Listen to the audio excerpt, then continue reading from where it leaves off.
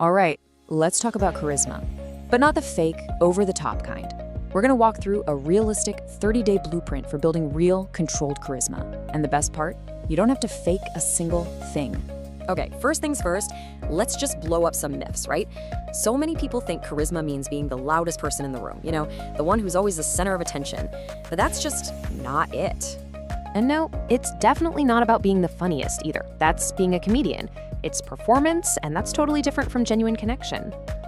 See, true charisma isn't about adding more noise. It's about harnessing the energy you already have.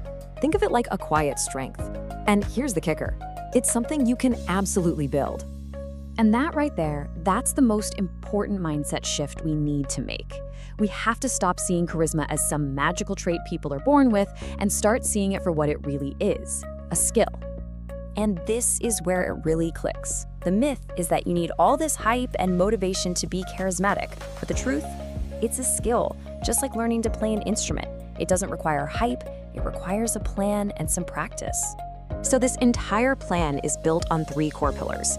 First, there's presence, which is really just about being fully in the moment. Second is emotional control, managing your own internal state. And third, intentional communication, speaking with purpose. You get these 3 down, you've pretty much cracked the charisma code. So let's get practical. The first 2 weeks of our 30-day blueprint are all about building that solid foundation. We're starting with presence and control. For the first 7 days, your entire focus is on just one thing: slowing down.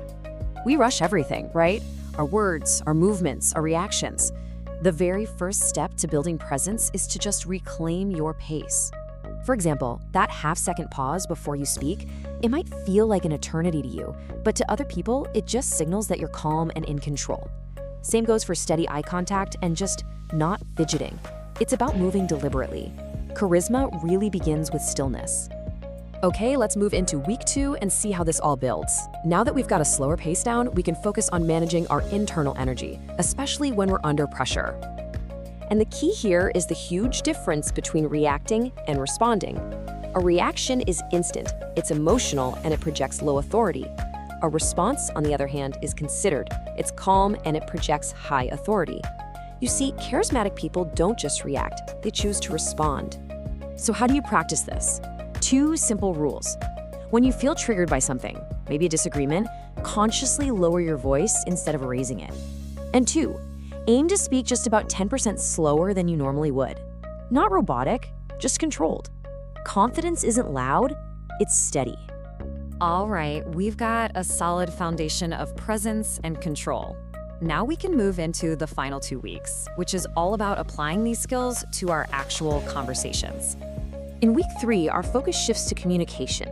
Most of us are taught to talk to impress other people, but charismatic people, they talk to connect. A really simple tweak can completely transform a question. How was your weekend? Usually gets you a 1-word answer. But asking, what was the best part of your weekend? Well, that invites a story. That little bit of specificity is what builds real conversations, and that's where charisma lives. Now for the final week, we're gonna combine everything. It's time to get in your social reps, small, intentional, and controlled practice sessions. And we are not talking about huge, terrifying challenges here. No way. These are small reps. Just talk to the barista. Start one non-work conversation with a colleague.